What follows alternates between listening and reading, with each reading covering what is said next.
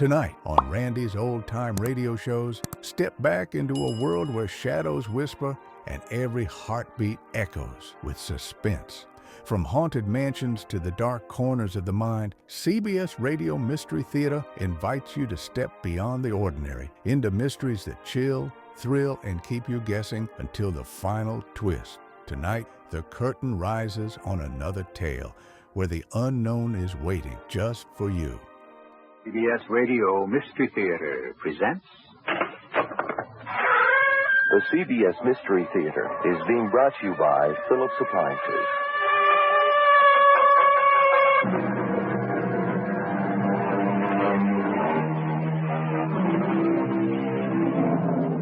Come in.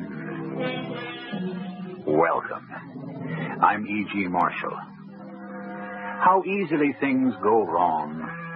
Kiss too short or sight too long. And there follows a mist and weeping rain, and life is never the same again. Yes, how easily things go awry. Without warning, without reason, and you're reduced to asking, what did I do? But most of the time, what you did doesn't matter. It's what you should have done and didn't. But there was a robbery, Lieutenant. Mr. Townsend claims nothing was taken. Mr. Townsend is lying. Why would he lie?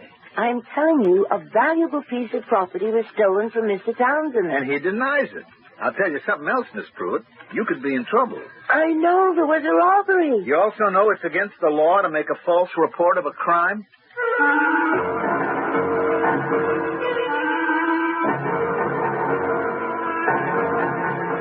Our mystery drama, The Death Disc, was written especially for the Mystery Theater by Sam Dan and stars Tammy Grimes.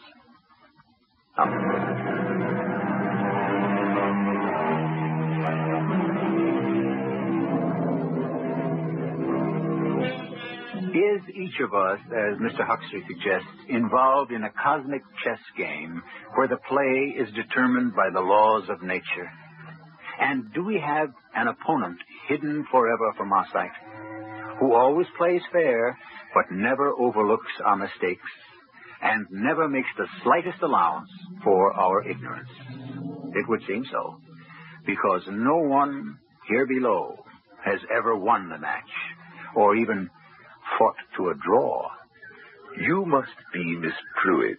Yes, sir. Please come in. This is a most charming place, Mr. Townsend. It's rather small, but adequate for an old bachelor. That table. And the commode. I don't know what to look at first. The chair. It's Louis XIV, isn't it? Literally. Actually, this is one of the pieces from the palace at Versailles. Won't you join me on the terrace, right through this door? What a spectacular ocean view. Yes, I sit out here for hours. And the mountains in the background. Mr. Townsend, inside and out, you have the most magnificent home I've ever seen. Thank you. Now, let us sit at the table for a moment. Just push those papers and books aside. I hope I haven't interrupted. No, I was just busy with my junk tray. Junk? These pieces spread out here. What do you think they are? They look to be little objects of gold. They are gold, aren't they? Purest gold. Some of it appears to be jewelry. Primitive jewelry. Some of it is. Some happen to be artifacts I have been attempting to classify. Just to choose something from the jumble, this little thing here. Now, what do you suppose it is? You say it's pure gold. It looks like a disc of some sort. Oh, it is. It's a death disc. It was used by the judges of an ancient Sanskrit people. The person would be informed of his death sentence when the magistrate handed him this disc of gold. Oh. I think it's superior to the British system where the judge would put on a black cap. It's fascinating. Do you really think so, Miss Pruitt? Or are you just trying to make me feel good? But it is fascinating. Forgive me. You're here, of course, about the job, and I'm using you as a captive audience, compelling you to listen while I ramble on and on about my esoteric hobby. Well, now, let me put the death disc back on the tray, and we shall attend to business. Now, as you know, I am the trustee of the Martindale Foundation. Yes, sir. It is my responsibility to hire an executive director. But what do I know of these things? So I depend on the guidance of others. Paul Carney, my attorney, is quite impressed with your qualifications. Mr. Carney is very kind. And very knowledgeable. I trust his judgment. And so you can relax, Miss Pruitt. This interview with me is merely a formality. I know I can do a good job, Mr. Townsend. Well, so do I. Now, all that's left to discuss, I suppose, is your salary. Excuse me, please. I always forget to bring the extension outside.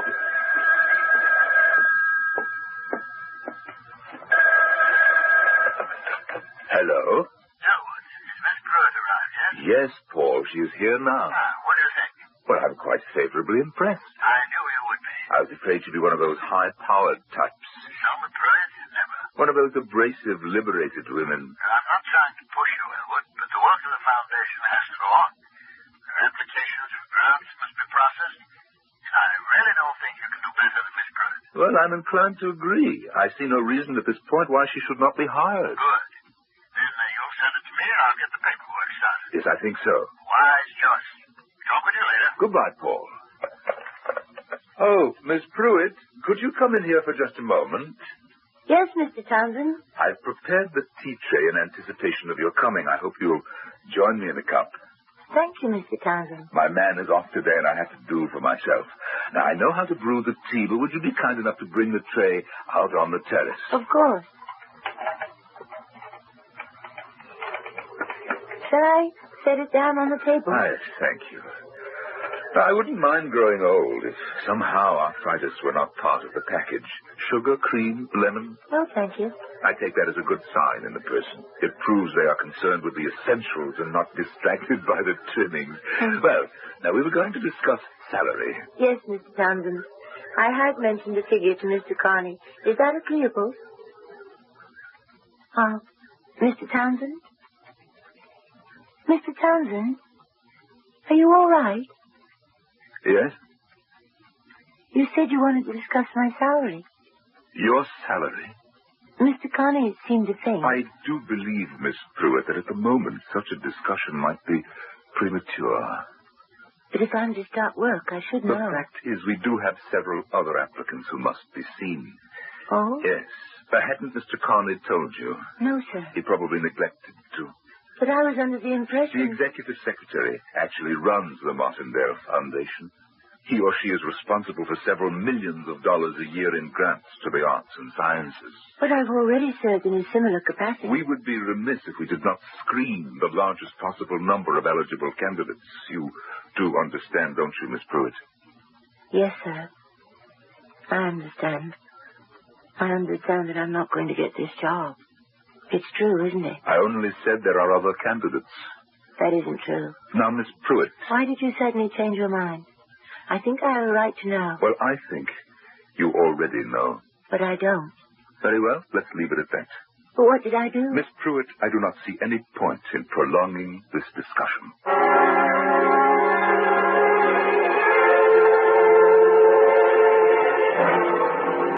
I don't understand it, Mr. Carney. I don't understand at all. Well, what happened? I don't know. I spoke to him on the telephone. He said you were hired. That's what I thought. We were getting along famously. And suddenly, he just changed his mind. Why? I can't even imagine. Well, what did you say? I didn't say anything. Must have said something. I think, even the most trivial seeming remark. I said no to cream, sugar, and lemon. He approved of that. Did you say anything else? In response to his invitation to discuss salary, I said that you and I had discussed a figure. And then he became silent. And I could sense that right there is where and when it happened. He certainly couldn't object to talking about money.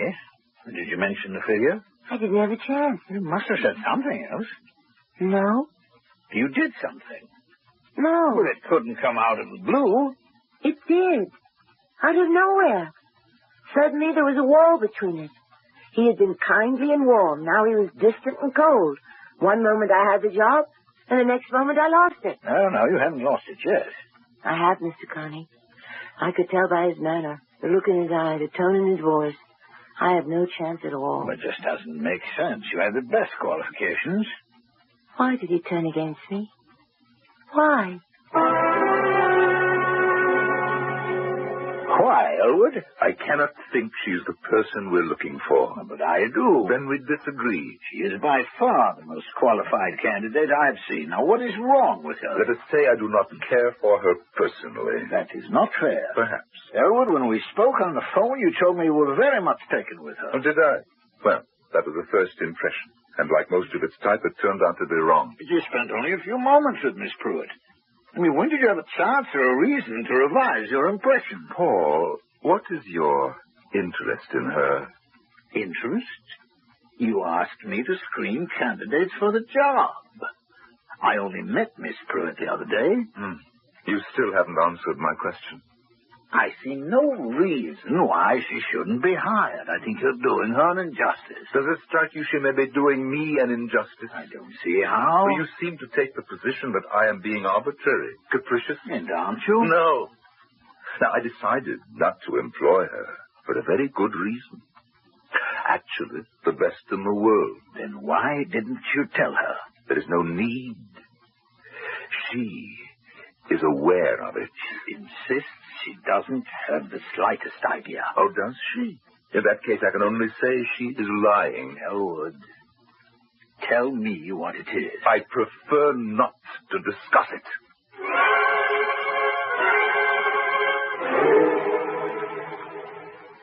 I don't know, Mr. Connie. Mr. Townsend insists that you do. Please, believe me. Now, allow me to be frank. I'm Mr. Townsend's attorney. And therefore you're on his side. No, it's not a matter of sides. Mr. Townsend, after all, does have the right to be arbitrary about the person selected for the job. I don't deny that. But Mr. Townsend has just accused me of telling a lie. It's just a misunderstanding. I have a reputation. No. This is a private matter. No one will know about it. But you'll know about it. And you believe Mr. Townsend. After all, he's your client. And who am I? Just a stranger who applied for a job. Since I didn't get it, I'll pass out of your life and be forgotten in a very short time. You put it starkly, but it is essentially true. So why don't we dismiss the whole thing? Because it isn't fair to me. I am not a liar. Will you help me? What could I possibly do? I want justice, Mr. Carney. You're a lawyer. Shouldn't your primary concern be justice? Theoretically, but there isn't anything I can do that will get you the job. I am no longer concerned with the job. I want justice.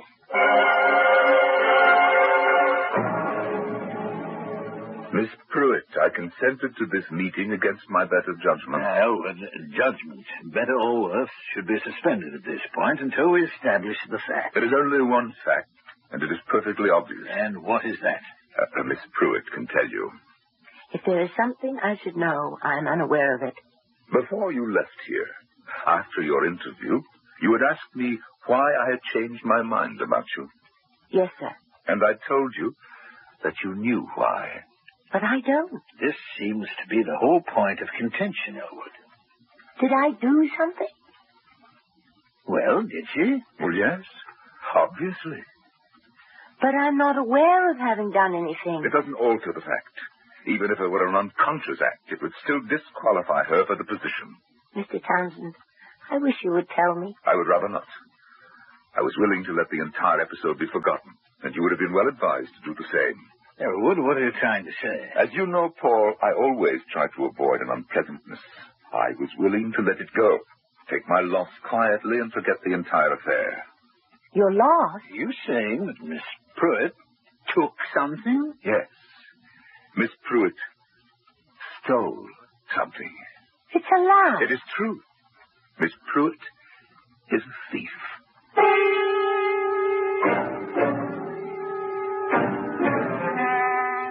Really? We weren't quite prepared for this one. But if it's true, what did Miss Pruitt steal? Or more to the point, why? Or, if you want to explore the other end of the tunnel, if she's telling the truth, then Mr. Townsend must be lying. And again, we must ask, why? You can see, we're asking enough questions to keep us hopping all the way through Act 2, which shall arrive here shortly. Truth is elusive. Reality is ephemeral. And even illusion is illusory. According to the philosopher, there's practically nothing you can hold on to in this world here below. What happens when two apparently respectable people accuse each other of lying? The obvious answer is that one is wrong and the other is right. But could they both be right? Could they both be wrong? Could they both be both? Mr. Townsend, I am not a thief. Very well, Miss Pruitt. No, it's not very well. Elwood, what did she steal? Listen to what you just said. Do you believe him? Mr. Conley and I have known each other for many years. He knows of my respect, actually of my reverence for the truth. What did I steal? But since you intend to brazen it out... I resent that word. Now, look, we've all gone too far to back out now. Suppose you tell us what it is, Elwood. Well?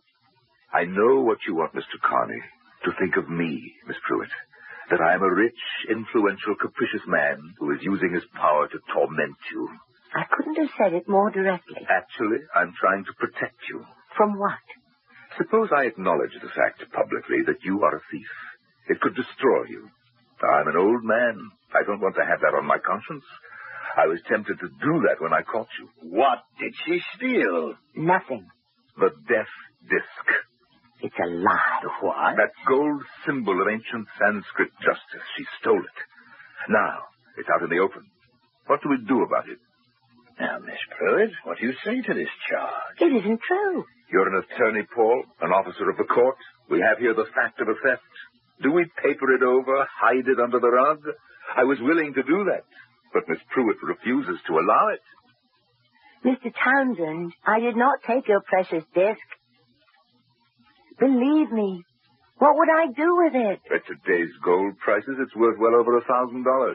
As an historical object, its value is infinitely more. Well, what makes you think I stole it? Because it isn't here. It isn't on the tray. You were with me all the time. When would I have had an opportunity to steal it? Let me refresh your memory. We were sitting out on the terrace. I showed you the disc. You held it, examined it. And I gave it back to you. Yes. And I returned it to the tray. You admit that? But then, Miss Pruitt, the telephone rang. It was Mr. Carney's call. I went inside to answer. And then you called me in to help you with the tea thing. Yes. But for at least a minute, you were alone. During that interval, you decided to steal the disc. No. Why would I do that? It was perhaps a sudden, uncontrollable urge. How could I expect to get away with it? It was the smallest, perhaps the most insignificant of all the objects on the tray. And it is such a mass, so large a clutter of things you thought I might not notice. But I didn't take it. It isn't here. We both agree it was there when I went inside to take the telephone call. You were left alone with it, and now it is gone. The fact speaks for itself. Well, Miss Pruitt. Why are you looking at me like that, Mr. Carney? I'm very sorry. You believe I'm a thief. Suppose we say no more about it. If you say I stole it, then you should call the police. Well, such an accusation might be difficult. Perhaps impossible to prove legally. Then it shouldn't be made at all. And, of course, we do have this possibility. You could sue Mr. Townsend for false arrest, defamation of character. What are you saying, Mr. Carney? As a lawyer, I am merely stating legal possibilities. But do you believe what you're saying? Come, we are prolonging an unpleasant situation. Now, if you will all excuse me, the matter is closed.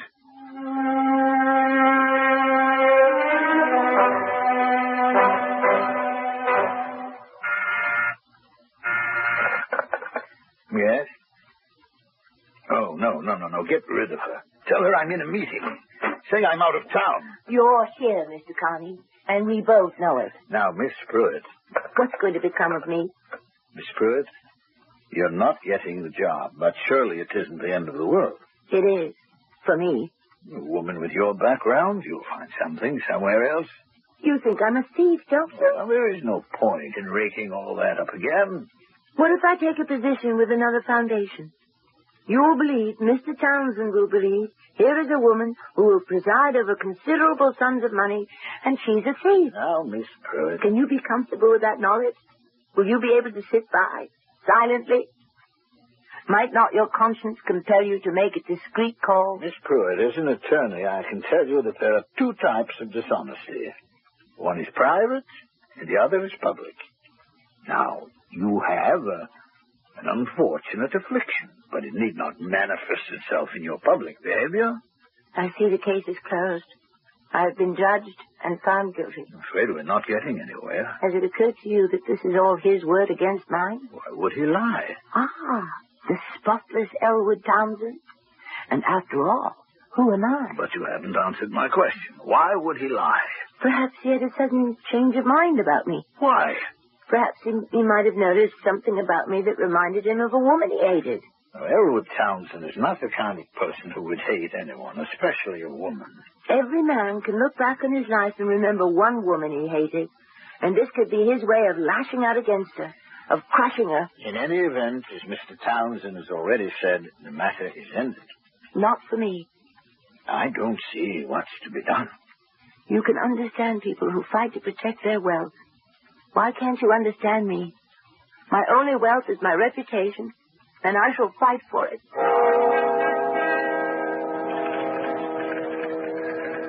Yeah. Lieutenant Stovall? Joe Stovall, that's me. What can I do for you? I was directed to you. Well, this could be your lucky day. What happened? I wish to report a robbery. Mm-hmm. Okay, what's your name and address? Selma Pruitt. I live at 7648 South Crescent in Lawrence. Oh, that's a nice neighborhood. Low crime area, too. Why didn't you report it to the local precinct? That's not where the robbery happened. It took place in the home of Mr. Elwood Townsend on Lookout Point. Mr. Townsend? Hmm? And what was stolen? A death disc. A what? It's an ancient artifact. Anyhow, it's a disc about the size of a 10-cent piece. A bit thicker. Weighs a few ounces. It's made of gold. Uh-huh. Approximate time of robbery? 10 o'clock this morning. It was removed from a tray of similar objects that was resting on a table on Mr. Townsend's terrace. Only that one piece stolen? Yes. Why? I don't know. You know how it could have happened? No. Any suspects? Yes. There's one. Who's that? Me. I'm suspected by Mr. Townsend of stealing that disc. Wait a minute. Now, let me get organized here. I was under the impression you were an employee of Mr. Townsend's. You were coming here to report a robbery. Now it turns out...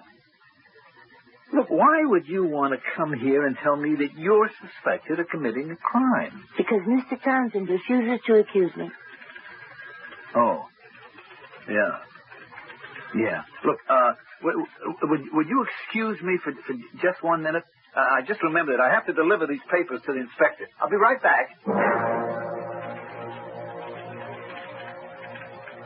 Lieutenant. So what you're saying, Mr. Townsend, is that nothing was stolen. That is correct. And this lady isn't telling the truth. But why should she do a thing like that? I'm sure I don't know, Lieutenant. Yeah. Okay, look, I'm sorry I bothered you. No, it's quite all right. Goodbye, sir. I gotta start shaping up. I must be getting old or sloppy. I should have spotted her for a nut the minute she walked in. Oh, yeah, Miss Pruitt, we're going to look into it. And I want to thank you for reporting the matter to your police department. What are you going to look into? The case, naturally. You don't believe me. Oh, no, You were probably in touch with Mr. Townsend, or his attorney, Mr. Carney. Miss Pruitt, Mr. Townsend says that there was no robbery. But that isn't true. Now, look. I like you. Please, Lieutenant. I mean, you're my type. Don't get angry. I mean, you're nice, you're quiet, and you radiate a lot of, well, call it class. Lieutenant, I refuse Take my advice, lady. Back off it. Back off what? Whatever it is. You could get into trouble. I mean, actually, if I were a cop who operated by the book, you'd be in trouble now. What kind of trouble? Lady, it's against the law to make a false report of a crime. But the man accused me of a theft. How could he accuse you of theft if there wasn't any theft committed? I don't know. It's crazy. That's all I can say. It's crazy. You know something? Sometimes things just don't go too well. So, maybe you begin to imagine... No. No! How, what do you say to a cup of coffee, huh? I mean, we got a guy here. He's not such a great cop, but we keep him because he makes such terrific coffee. How about it? Huh? No, thank you. Look, whatever it is, forget it, huh? He's not worth it. Thank you, Lieutenant. Thank you. Goodbye. Sure. Anytime.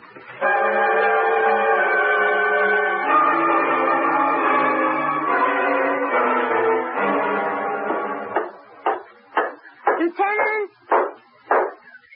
Hey! I found your address in the phone book.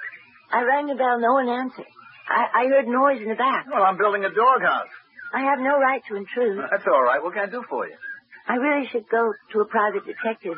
I did try one, but the prices those people want... Well, they have to live, too. I must find out what could have happened to that disc, how it might have been stolen, by whom. Oh, we're back to that, huh? Well, Lieutenant, I know I don't have the right to ask, but you look like a very decent sort of person. Well, flattery will get you everywhere. But where do you want me to go? I wanted to investigate. Investigate what? Never mind. You'll answer the crime, and I'll ask what crime, and we'll go round and round. I have no other hope. I don't know what to do. I don't know what to do either.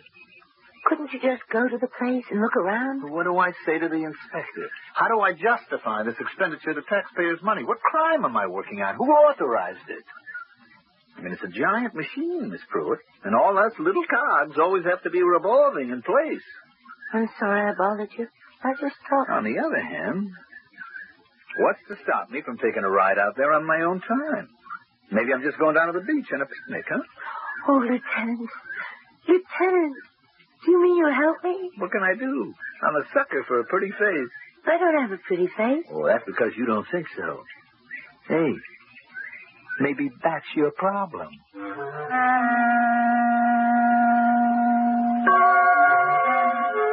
It could very well be her most serious problem. After all, in a world which unfortunately judges books by covers and birds by feathers, one's image of oneself can pronounce the most scathing judgment of all. But meanwhile, we're still stuck with our original problem. Who, if anyone, did steal that disc? It won't be long now till Act 3.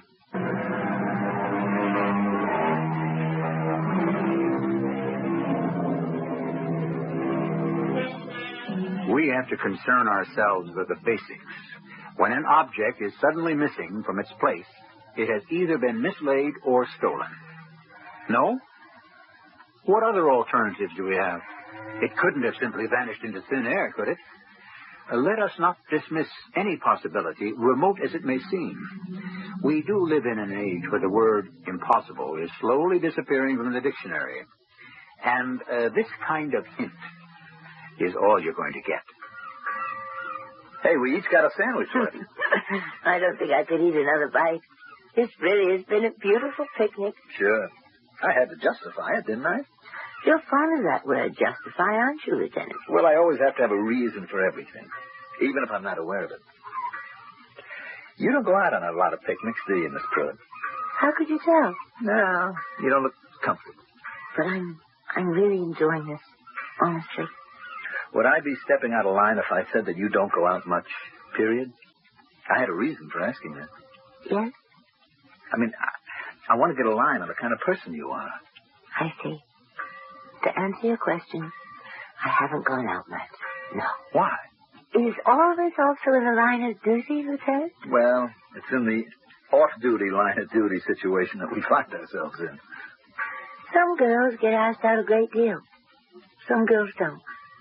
The ones who don't look for other ways to fill their time. And they find them. I decided I'd become rich. Since I had no money to begin with, I studied finance in college. I got my MBA degree. I went into jobs where I had to handle money. But none would ever be mine. However, by that time, being rich didn't seem to matter much anymore. Meanwhile, you were too busy to go out. After a while, you just get out of the habit.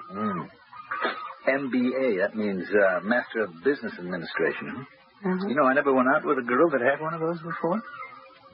I don't think I ever went out with a girl that had any kind of degree. I can't tell you how grateful I am for... For what? Oh, for you being interested. For trying to help me. I haven't done anything yet.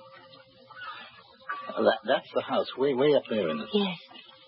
What are you going to do? Not talk to him. Maybe that's the best thing. We'll just go up there, face him, and have it out. No. You better stay here. I don't think he'd appreciate seeing you just now. Let me see what I can do.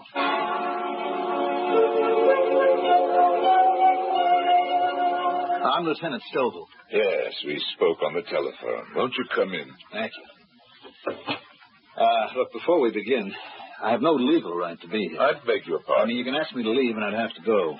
Why did you come? Well, I want to get to the bottom of this situation that you're having with Miss Pruitt. There is no situation. The woman applied for a job. I decided not to hire her, and she decided to spin this matter out of whole cloth. Now, look, I said I was here on my own time, so anything you say to me is off the record. Lieutenant, I have no wish to discuss it further. You don't have to say a word. Just listen to me. Now, this room leads to a terrace. May I see the terrace? Thank you. Okay. Now, the two of you are sitting out here looking at the objects on a tray. One of them is that disc. Okay. You go back into the house. I don't know, for a minute, maybe a little more. She's alone with the tray. Then you call her inside. Now, nobody is out here. Could somebody have sneaked up here and stolen it? No.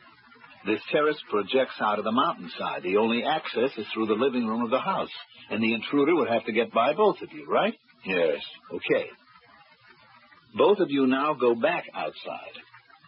And you notice that that thing is gone from the tray.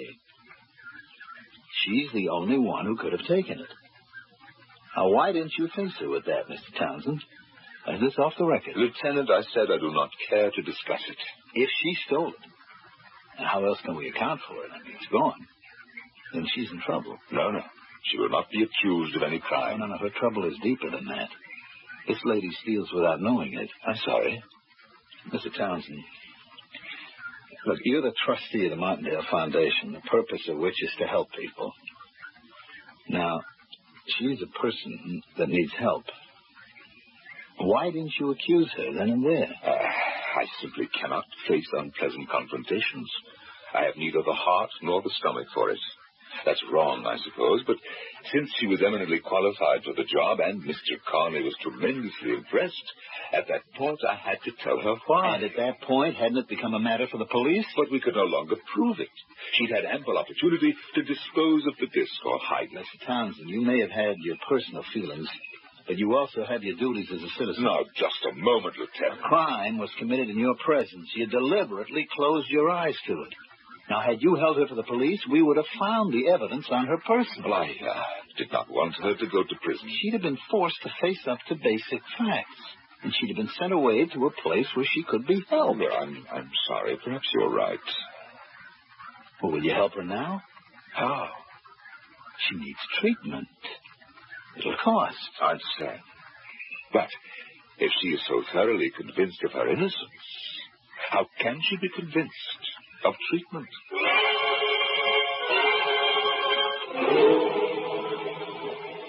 Well, what happened? What did he say? Hey, it looks like rain. We better be heading home. I've already packed everything and put it in the car. Great. Let's be on our way. How did it go? Miss Pruitt, one thing we know for sure. That disc is missing. How do we know that for sure? Well, when both of you returned to the terrace, the disc was gone from that tray, wasn't it? I don't know that it was. Well, couldn't you see? I wasn't thinking about the disc. I wasn't looking at the tray. I didn't notice whether it was there or not. Well, for the sake of argument, assume that disc was missing. Why should I make such an assumption? Well, just go along with it as a favor to me. Now, how could it have disappeared? I don't know. You agree no one could have gotten onto that terrace from the outside? Why are you asking me all these questions? What could have happened to that disc? Nothing. It never disappeared. For reasons of his own, which I've already told you about, he's decided to lie about it. That's the only possible explanation. He'd have to be a very evil person to do a thing like that. Then that's what he is. But everybody knows that Mr. Townsend is one of the nicest, kindest... Then everybody's being fooled. Would you do something for me? I think so. Just lean back in your seat, huh? Relax. Yes. Now, try to clear your mind of whatever you're thinking about. Huh? Concentrate. On what? On what you did with the disc. What? Where did you get rid of it? Stop this car at once. Now, Miss Pruitt... I want to get out. You believe I'm guilty. But it doesn't have to affect our friendship. Please, let me out. Look, I think you're terrific. In many ways. You also think I'm a thief. What happened to me? All I did was apply for a job. And for some reason, this terrible old man, wants to destroy me. And everybody believes him. I don't know why he's doing it. I only know that I did not take that disc. You took it without knowing. That's impossible. Now, look, I've run into people like you. You steal for a reason. What reason would I have for stealing? To get even. With whom? I don't know. Maybe the whole world. Why? Because you feel you've been cheated. Out of what? You mean you don't feel you've been cheated? Now, be honest with yourself. It's been a kind of quiet life for you, hasn't it? I've been successful at my career. And you've also been lonesome. Lonesome? Oh, Miss Pruitt, come on. Look, I'm as old as you are. I never got married. I never had kids, so I know what it is to really be lonesome. Then you should steal, too. No, I do something else. I lie. About what? Everything. I make out to be the life of the party, you know, happy-go-lucky Big Joe Stovall. Most of the time I'm so miserable I can hardly stand myself. Then why don't you go to a psychiatrist? I do. How do you think I know about all this stuff, huh? And listen, not a word about this now. If they knew at the department I was seeing a shrink. But I didn't steal that disc. I know I didn't. It had to be that way. Now, don't fight it. I'm not a thief. Of course not. But something comes over you, and you can't help yourself. I mean, you're so ashamed of what you did that you just get rid of the thing. Joe, is it all right if I call you Joe? Sure. Is it true? I mean, I can't fight the whole world. Never try. What can I say? Can I believe there's a conspiracy against me? Of course not. Now, look, you'll go to see a good psychiatrist. Mr. Townsend has arranged everything. Mr. Townsend? I told you, he's really a very fine person. Did I really steal it? Once you face up to it and quit fighting it. It's so hard to believe. I know. I'm so ashamed. So ashamed. Listen, you're on your way. And everything's going to be all right. I'm a thief. All these years I've been a thief. And I never knew it.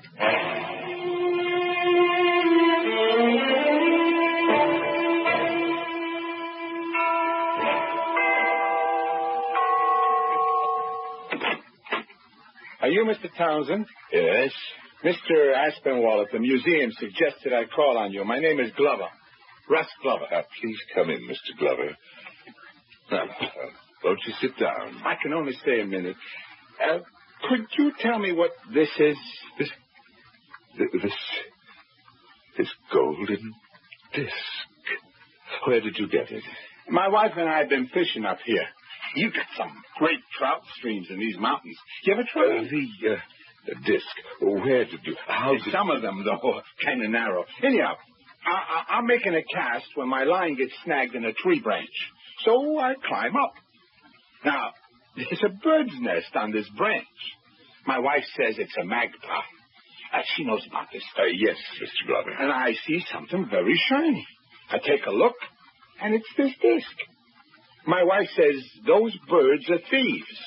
They see something bright that attracts their attention, and they pick it up and take it home. Yes, I see. So it's got this kind of funny inscription on it, and I take it to the museum.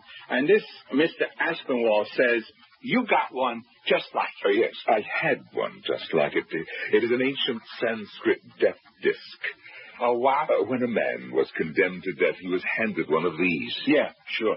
So, my wife says it must belong to this Mr. Townsend, and that bird was flying along one day and was attracted to the thing and just swooped down and swiped it up. And she said, you go up there and return it. You come here to give it back to me? Sure. It's the right thing to do, ain't it? Oh, yes, the right thing. Yes, it is the right thing. I bet you must have kept wondering, where did it go? How could it just disappear? Did you ever even dream it could have been something like this? No, Mr. Glover, not in my wildest dreams.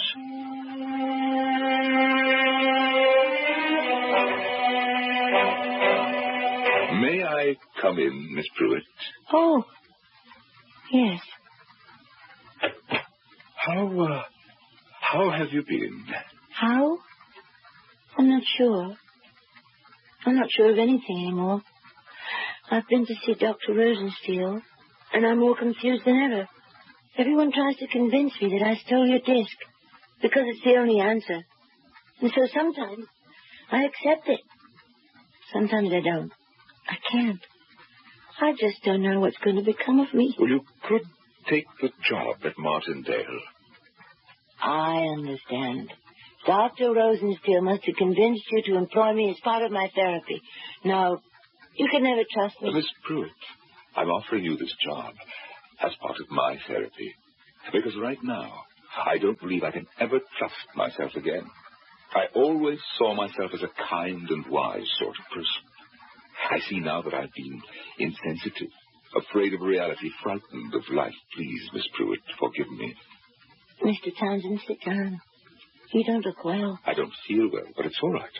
I deserve it. Miss Pruitt, never again in your life ever be swayed from what you know is the truth. Fight the world, even if you have to fight alone. Say you forgive me. Yes. Yes, I forgive you. You did not steal that disc. I knew I didn't. Yes, I always knew it. Rejoice in your vindication. It is a precious moment for you. Who did steal that disc? Who? A little birdie, Miss Pruitt. A little birdie.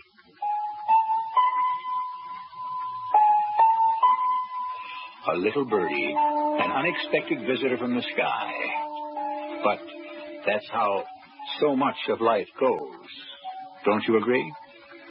Fate, change, the unexpected. We think that we plan, that we provide for, that we prepare, and in many cases we do, and in just as many cases we do not. We may not be quite like leaves at the mercy of the wind, but we're not too far from it. I'll be back shortly.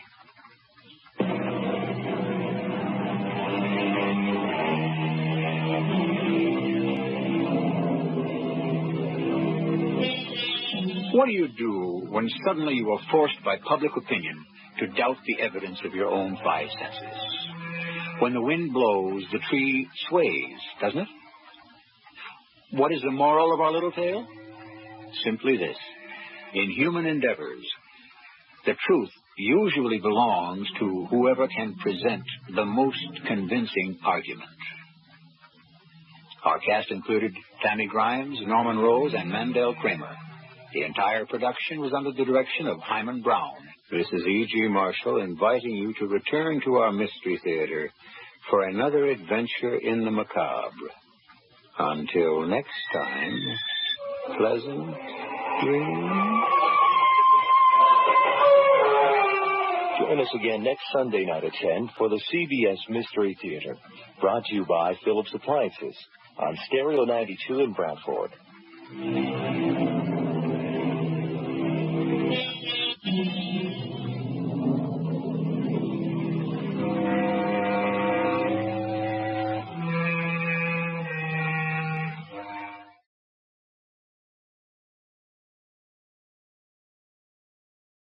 Well, folks, that's all for this episode here on Randy's Old Time Radio Shows. Now, bringing these golden oldies back to life takes no small amount of time and effort from our good friend Randy, cleaning up the audio, converting the files, and making sure each show has the best audio possible. If you've enjoyed the program and you'd like to help keep these classics on the airwaves night after night, why not consider a small donation? Every penny goes straight to supporting Randy's work and helping this channel stay on the air. You'll find the links down in the description below. And for those of you kind souls who've already given, Randy tips his fedora to you. Your support truly keeps this old radio spirit alive. Thanks ever so much. And until next time, keep those dials tuned and keep the memories rolling.